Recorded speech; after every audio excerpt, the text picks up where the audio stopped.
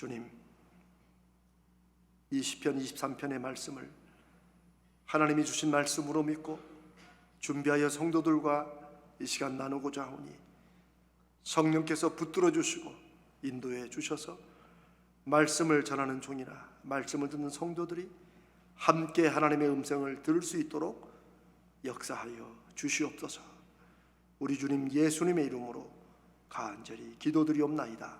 아멘.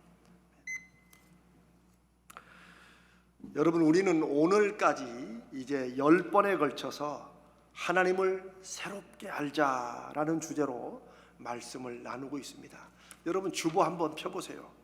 주보에 보시면 굳이 이렇게 하나님 알기 설교 시리즈라고 해서 제목을 쭉 넣어놓는 이유가 뭐겠습니까? 네.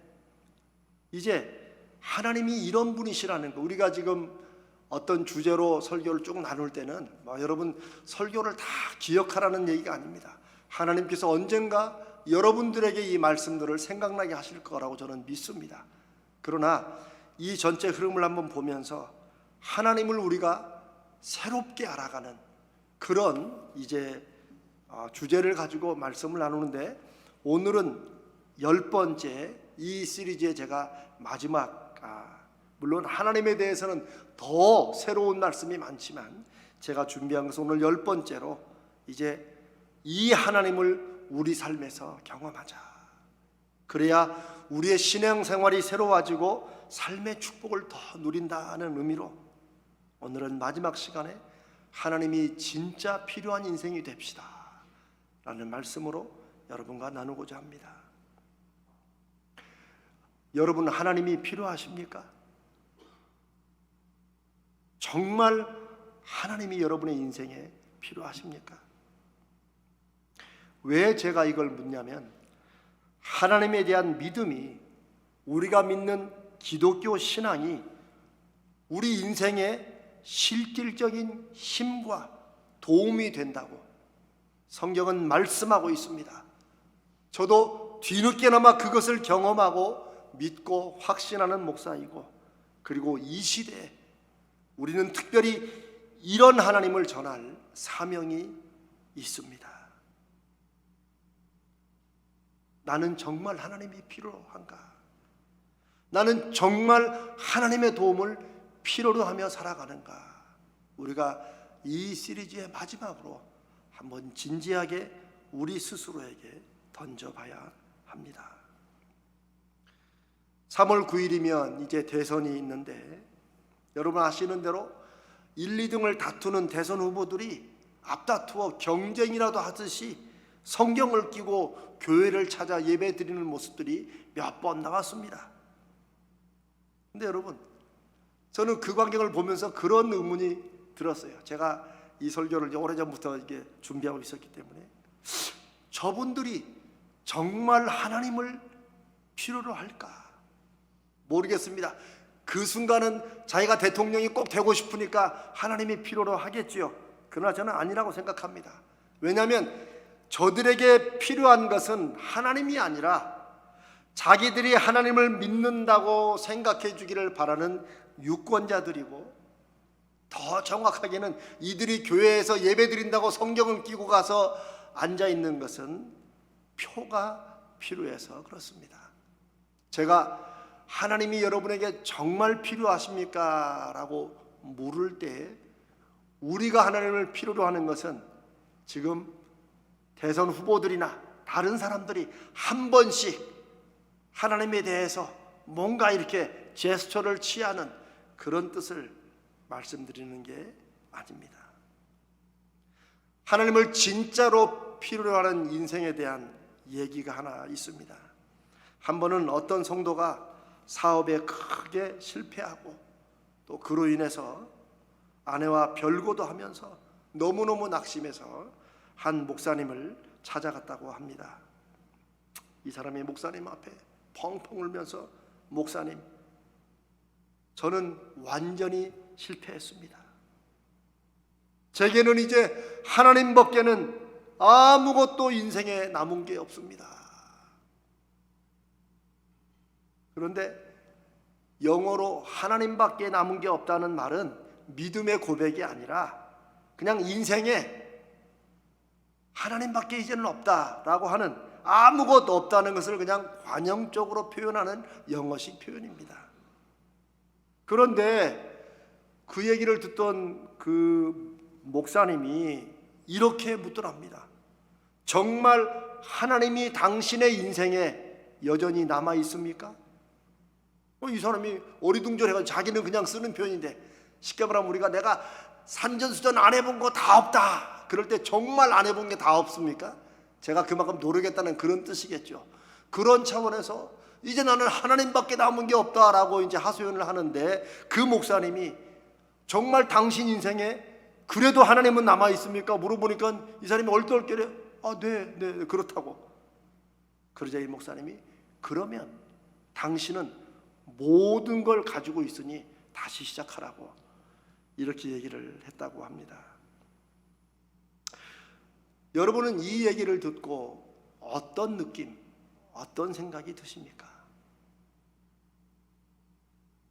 여러분들은 나도 하나님을 의지하고 있으니 정말 힘이다, 이런 마음의 결심을 하시는 분도 있겠고, 어떤 분들은 뭐 교회니까, 또 설교에 또 예화니까 이런 얘기 얼마든지 할 수 있지라고, 현실에서야 그냥 이렇게 생각은 않지만 그런 느낌으로 가는 분들도 있을 수 있습니다. 미국에 제가 살 때 이민 생활에 꼭 필요한 세 사람이 있다는 얘기를 많이 들었습니다. 미국 이민 생활에 꼭 필요한 세 사람, 첫 번째는 의사랍니다. 두 번째는 변호사, 세 번째는 메케닉이라고 자동차 고치는 기술자입니다. 그러다가 몇 년 후에 한 사람이 더 늘었어요. 그래서 저는 목사인가? 웬걸 회계사가 필요합니다. 그래서 이 네 명이 필요하대요.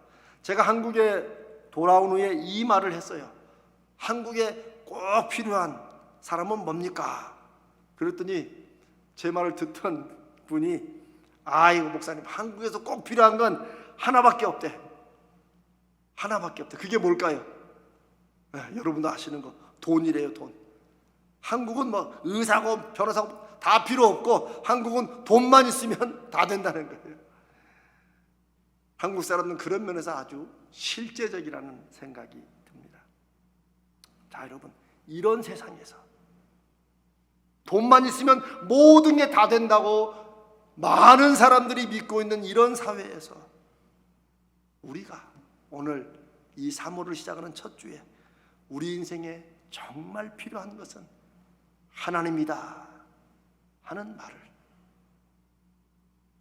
대체 우리가 어떻게 믿어야, 아니 얼마나 크게, 얼마나 잘 사람들에게 설득해야 사람들이 믿을까요?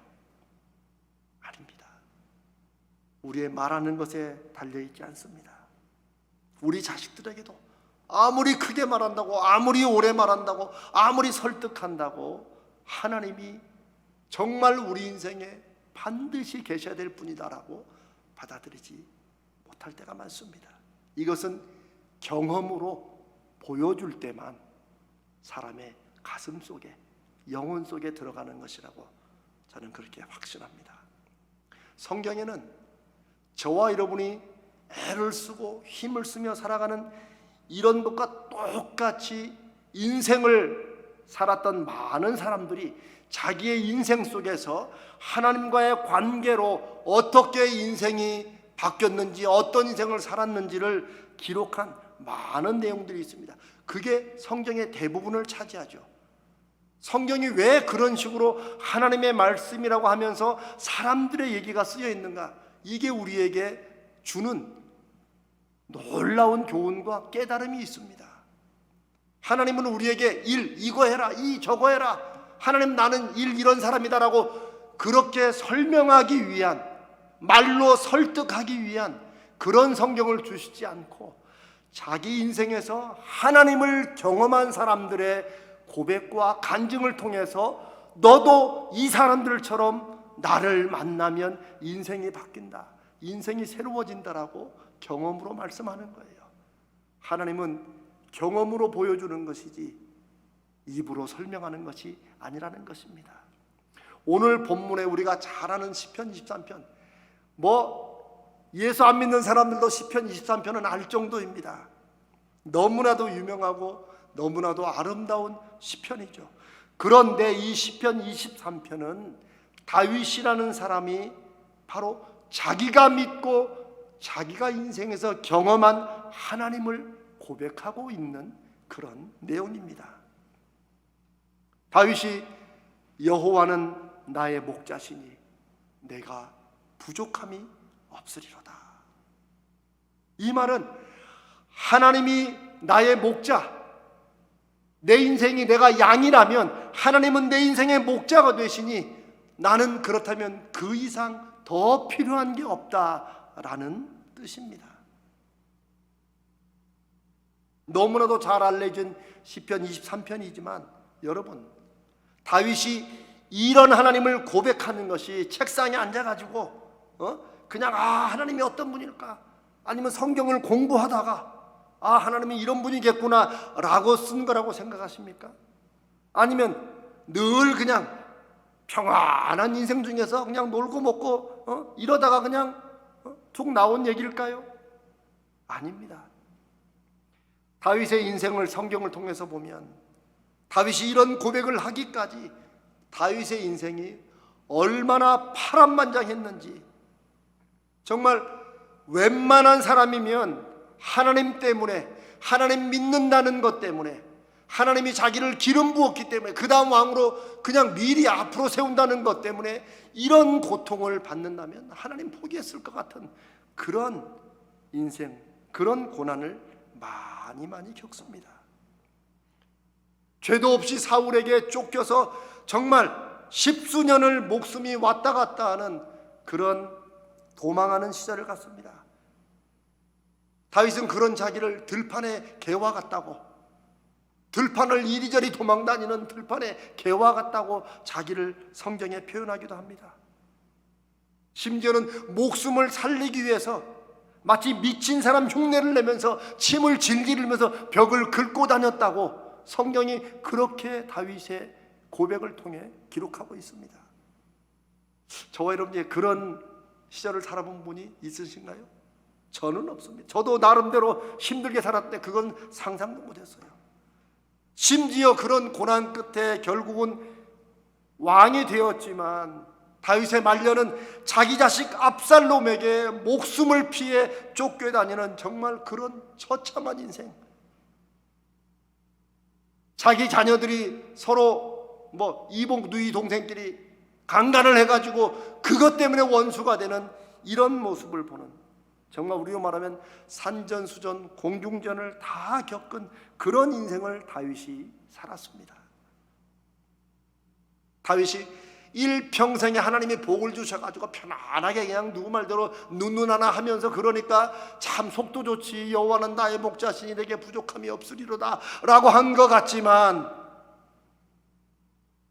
제가 방금 말씀드린 이런 다윗의 정말 상상할 수 없는 이런 고난과 시련과 아픔과 고통의 인생을 살아가면서 다윗은 이 모든 고난에도 불구하고 여호와가 내 인생을 여전히 이끌어 주시는 목자이시니 나는 더 이상 필요한 게 없다 라고 고백한 것입니다. 그 고백 속에는 분명히 그렇게 힘들고 어렵고 시련과 고난과 감당할 수 없을 것처럼 생각되는 그런 인생의 사건 속에서도 그것보다 더 크고 도저히 부인할 수도 부정할 수도 없는 하나님의 은혜를 경험했다는 것입니다. 그러니 다윗이 저는 양입니다. 하나님은 목자십니다. 양과의 목자의 관계의 특징은 뭐예요? 양은 목자가 이끌면 어디든지 그냥 그 앞만 보고 쫓아가는 겁니다. 양끼리 투표해가지고 오늘은 저쪽으로 갑시다, 이쪽으로 갑시다 하는 것이 아니라는 것입니다. 우리가 읽은 시편 23편의 뒷부분을 보면 다윗도 사망의 음침한 골짜기를 걷는 순간들이 있었다는 것입니다. 상상이 아니에요. 그럴 때는 내 인생이 이렇게 끝나는 것인가? 내 인생이 이렇게 허무하게 내 아들에게 내 목숨이 끝나는 것인가? 그런 싶을 때도 여러 번 있었습니다. 그런데 그럴 때마다 다윗은 주님이 내 인생의 목자시다. 나는 양이니까 그저 내 인생을 이끄시는 그분만 따르면 된다라고, 이런 모든 인생도 하나님의 인도하심 가운데 있을 것이라 믿고 그냥 하나님의 발자취만 따라간 것입니다. 그리고 결국에는 오늘날 이스라엘 역사 중에 가장 존경하는 사람이 누구고 가장 믿음에 따라갈 사람이 누구냐? 다윗이라고 그러죠. 그래서 이스라엘을 다윗의 왕조라고도 부른 이유가 그것이에요. 다윗이 푸른 초장과 쉴만한 물가로 인도하시는 하나님을 경험했고, 그리고 사망의 음침한 골짜기로 여전히 가는 사람들에게 주님이 목자시라면, 여호와가 목자시라면 걱정 말고 주님만 따라가면 그 사망의 골짜기를 목자가 벗어나게 하시고 푸른 초장과 쉴만한 물가로 인도하시고 영원히 하나님의 집에 거하게 한다고 우리에게 자신의 믿음의 고백, 인생의 고백을 하고 있는 것입니다. 이 말씀을 생각해 보면 요한복음 15장에 예수님께서 제자들에게 그리고 우리들에게 나는 참 포도나무고 너희들은 가지니까 너희들은 어떻게 하든지 내 안에 거하라. 어떻게 하든지 내 안에 끝까지 남아 있어라. 나에게서 떨어지지 말고 끝까지 붙어 있어라. 그러면 열매 맺는다는 예수님의 말씀과 연결됩니다. 사랑하는 여러분, 제가 목사라고 해서 인생을 사는 실제적인 어려움, 정말 누구에게 말 못하는 이대로 살다가는 내 인생 정말 이렇게 허무하게 끝나야 되냐 하는 그런 일들을 제가 모르겠습니까? 저도 압니다. 저도 알고 저도 경험합니다. 저도 어떨 때는 여러분들의 문제를, 제 문제를 놓고 기도하다가도 하나님 앞에 이렇게 하소연합니다. 하나님, 대체 어떻게 하라는 것입니까? 예스입니까? 노입니까? 빨간불입니까? 파란불입니까? 어떨 때는 하나님이 주시는 파란불로 믿고 진행했는데 이게 막히고 꼬일 때는 하나님, 제가 그럼 하나님 사인을 잘못 본 것입니까? 라고 기도할 때도 여러 번 있습니다. 제가 먼 과거 얘기를 하는 거 아니에요. 지금 얘기를 하는 거예요. 여러분도 그러실 것입니다. 하나님 앞에 마음 먹고 기도하면 할수록, 하나님 말씀에 순종한다고 하면 할수록 하나님은 여러분이 이렇게 믿음으로 살려고, 하나님을 경험하려고 애를 태우고 최선을 다하는 것을 아시는지 모르시는지, 하나님 어떨 때는 아무런 대답도 응답도 없는 것처럼 여길 때가 여러분 있으실 것입니다. 지금껏 우리가 실제 삶 속에서 경험해온 하나님은 왜 지금 이 사건과 이 일에서는 아무런 상관도 안 하시는 그런 분으로 우리에게 여겨지는지 답답하실 때도 있으실 것입니다. 우리가 처한 상황과 문제는 너무나도 다급한데 하나님은 너무나 늦게 나타나시는 것 같은 그런 마음이 드실 때 여러분 있으실 겁니다. 우리가 갖고 있는 문제는 이렇게 실제적으로 우리의 목을 조이고 우리의 심장을 두근거리는데, 하나님의 인도하심과 하나님이 주시는 말씀의 해결책은 이게 도움이 될지, 이걸 어떻게 써먹을 수나 있을지 애매모호하고 불분명한 것 같은 그런 때가 여러분 분명히 있으실 것입니다. 하나님 이걸 몰라서, 다윗이 이걸 몰라서 하는 것이 아닙니다. 성경에 제가 그랬죠. 우리와 똑같은 인생을 살아간 사람들의 하나님과 관련된 고백들이 하나님의 말씀으로 이루어진 것이 성경이라고. 우리와 똑같은 이런 심정으로 고라자손의 한 사람으로 알려진 성도는 우리가 잘 아는 시편 42편을 통해 이렇게 자신의 마음과 믿음을 고백합니다. 하나님이여, 사슴이 시냇물을 찾기에 갈급한 것 같이 내 영혼이 주를 찾기에 갈급합니다. 뒤이어서 하나님, 대체 언제 저를 만나 주시려고 하십니까? 라고 답답해합니다. 왜요? 3절에 보니까 사람들이 종일 내게 하는 말이 네 하나님이 어디 있느냐 어디 있느냐 하니, 제가 아침 저녁으로 아무것도 못 먹고 그저 답답함에 눈물만 흘립니다. 내 눈물이 주야로 내 음식이 되었습니다. 10절의 사람들은 계속해서 네 하나님이 어디 있느냐, 너 하나님 믿는다며, 네 하나님이 너한테 뭘 해주더냐 하는 이런 말과 행동들이 내 뼈를 찌르는 칼과 같습니다 라고 고백합니다. 내 대적이 나를 비방하며 늘 내게 말하기를 내 하나님이 어디 있느냐 합니다. 여러분, 우리가 그냥 성경을 그저 성경에 있으니까 그러냐고 있지만, 우리와 똑같은 마음으로 똑같은 육신과 피를 가지고 인생을 살았던 사람들의 고백이라는 것을 우리가 다시 한번 들으면 성경의 어느 한 구절 우리의 마음, 우리의 답답함과 연결되지 않은 것이 없습니다. 이 시편 42편의 이 구절들은 우리가 지금 2년 반 3년째 살아가는 코로나 시대에 하나님과 교회만이 아니라 신실한 성도들의 마음도 많이 무너지고 있는 지금 이 시대, 우리의 심정과 너무 똑같지 않습니까?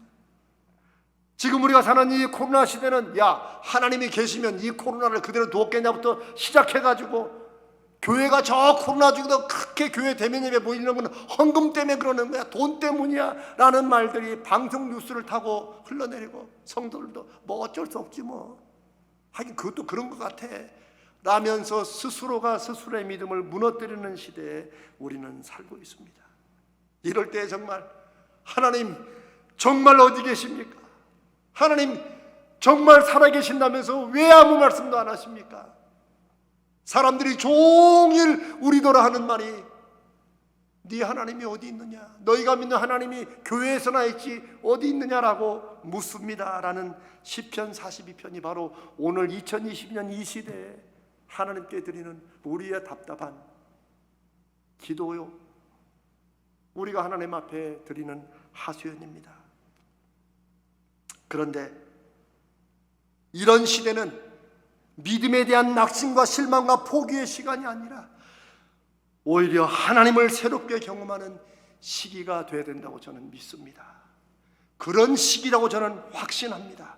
왜냐하면 예수님도 이미 말씀하셨어요. 때가 되면 알곡과 쭉정이를 구별하고 나눌 때가 올 것이다라는 거예요.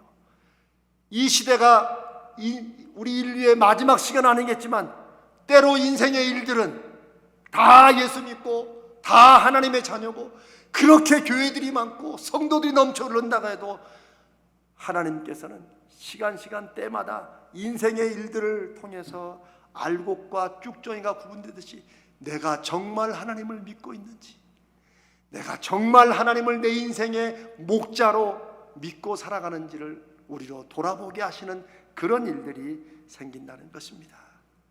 그래서 우리가 이럴 때일수록 우리는 더욱더 사람들 보기에는 미련한 것처럼, 아주 그냥 교회에 푹 빠진 것처럼 어떻게 생각해, 우리는 더욱더 하나님을 경험하고 믿음을 바로 세우는데 힘을 쏟아야 하는 것입니다. 시편 40편 11절에 마지막 구절에서 고라자손의 이 성도는 이렇게 고백합니다. 내 영혼아, 자기가 자기에게 하는 말이에요. 내 영혼아, 네가 어찌하여 낙심하며 어찌하여 내 속에서 불안해하는가. 너는 하나님께 소망을 두라. 나는 그가 나타나 도우심으로 말미암아 내 하나님을 여전히 찬송하리로다. 내가 낙심하지 않고 하나님을 계속해서 붙잡고 나가면 하나님이 반드시 나타나셔서 도와주심으로 내가 하나님을 찬송하게 될 것을 나는 확신하니까 낙심하지 말아라 라고 시편 42편의 마지막 절을 이렇게 끝내고 있습니다. 저와 여러분도 이 시대를 이렇게 살아야 될 줄로 믿습니다. 사랑하는 여러분, 하나님이 필요하다고 아무리 우리 머릿속으로 생각하고 실제 우리 자신이 애쓰고 고민하고 있는 삶의 문제에 대해서 하나님의 도움을 정말로 구하고 기대하지 않으면, 그러면 하나님이 역사하실 기회가 없는 거예요. 하나님이 필요합니까? 라고 물었을 때 정말 하나님이 필요하면 여러분에게 최소한 이런 의문이 들어야 돼요. 나는 하나님이 이렇게 필요로 한데 하나님은 왜 실제적인 응답과 힘과 도움을 안 주시는 겁니까? 라고라도 물으셔야 돼요. 그냥 아유 그러려니 뭐 교회에서야 다 저런 설교하지, 이런 마음은 굳은 마음이요, 하나님과 멀리 떨어진 마음이요, 하나님의 자녀라고 하지만 실은 하나님의 자녀가 아닌 것처럼 살아가는 것입니다. 그래서 하나님을 실제적으로 경험하기를 원하는 사람들에게 하나님은 이렇게 요구하십니다. 잠언서 3장 6절에 너는 범사에, 너는 모든 일에 그를 인정해라.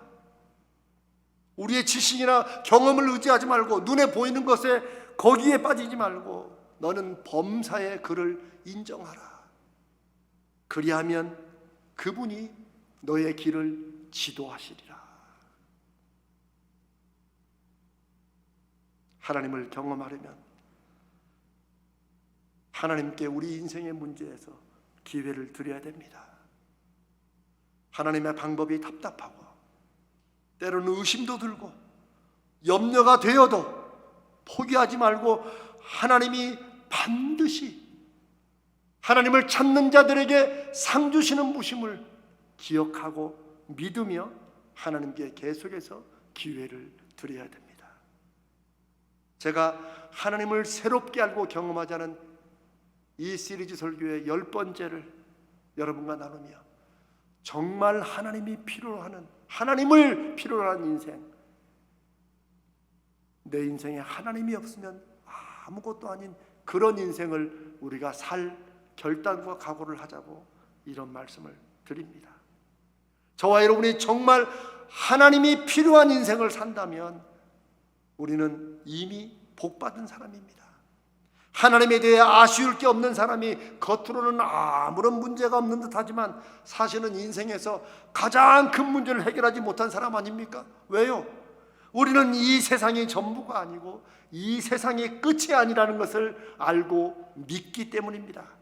이 세상 후에는 영원한 영생의 삶이 있고 영원한 영벌의 삶이 있다는 것을 우리는 알고, 사람들은 야 그거 뭐 증명해봐, 어디서 죽으면 다 끝이지 라고 말해도 그러면 당신은 그렇게 믿고, 나는 이 세상을 가장 믿음으로 열심히 살되 이것으로 전부가 아니고 이것으로 끝이 아니고 이 세상에서 하나님을 경험하고 살아감으로 영원한 삶에서 아버지와 함께 사는 삶을 준비하고 살아가는 그런 것이 저와 여러분의 삶이 되는 것입니다.